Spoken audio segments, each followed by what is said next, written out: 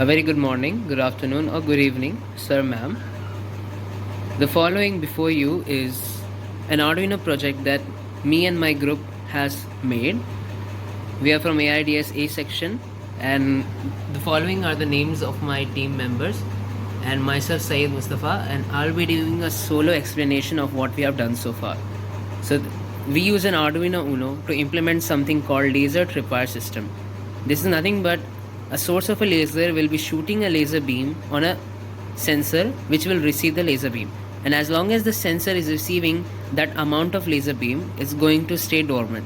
But the moment the laser sensor does not receive that amount of laser beam, that is symbolizing that the path has been cut by something. Some object has come in between the laser and the laser sensor, and that is supposed to trigger an action. This action can be calling the law enforcement or sounding a buzzer, LEDs, and this system is widely used for security implementations. Especially, we have already seen its use being shown in the cinema whenever there is a museum and something has to be protected. So laser tripwire alarms are a part of a physical smart security system, and we have used an Arduino Uno. There is a buzzer which will go off as soon as I stop some sensitivity amount of light entering the LDR sensor. Right now we are not using a laser because I don't have a hole for the laser, and aligning the laser on the LDR's face would be a bit difficult. So we're using a light that is shining equal amount of powerful light on it, which is why there is no buzzer right now. And as you can see, our buzzer is a digital item, hence one pin of it is grounded, the negative is grounded, and the positive is connected to the digital pin number 9. Whereas our sensor, because it's a sensor and the data that it reads will be in analog, we have one pin of the sensor grounded, the other pin goes to analog pin A0, and the whole breadboard is grounded at this particular point, and it's receiving a 5 voltage constant. It's having a 5 voltage all over the place, so all the sensors here are working on that 5 voltage. We also have added a resistor of 330 ohm to prevent any damage to the sensor if in case there is a power surge. So the following is the code, and this is also our quantity table. We have one Arduino Uno, we have a 330 ohm resistor, we have our LDR sensor, and a piezo or a buzzer.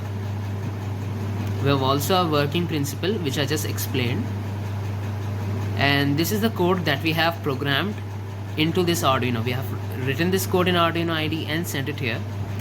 So we have set up all the pins we are doing. As I said, buzzer goes to pin 9 and sensor goes to analog pin A0. Laser pin, it's a remnant of a past execution that we did, so which is better to be removed. So in the setup, we made setups, we initialized our sensors and declared whether they are working in input or output mode. Since our buzzer is an output and our just the buzzer, these two lines are to be removed. Since our buzzer pin is the only output that we are getting from this mini project, we have declared it as an output pin, and in the loop we are declaring the sensor value, and using the analog read method, we are reading whatever the value the photoresistor is reading into the variable sensor value, and then if sensor value is greater than 1000,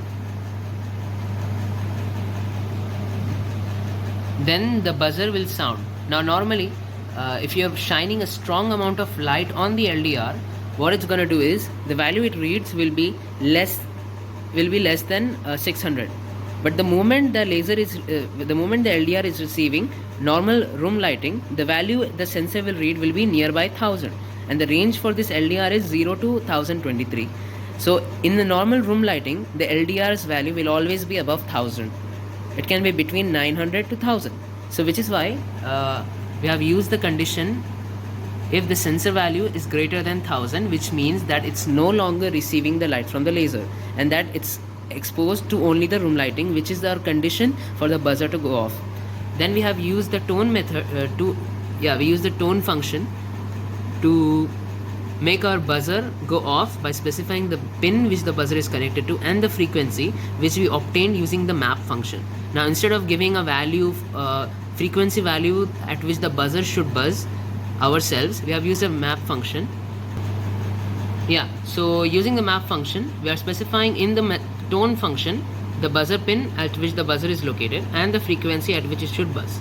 Then for the next 1500 millisecond, the buzzer will go off, and then no tone buzzer indicates that the buzzer should not go off anymore. So the buzzer will switch off, and then after 50 millisecond it will go off again. So this thing will get repeated because it's in the void loop.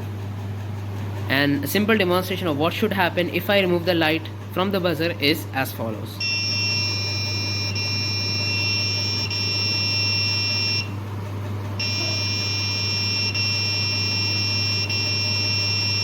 Now we have added a bit of a delay even if the LDR is once again receiving the laser light. Because we didn't add a button to this implementation, the buzzer should still go off for a 2 or 3 seconds before shutting down, so that it has enough time to alert the concerned people that somebody or some object has crossed a limit they shouldn't have.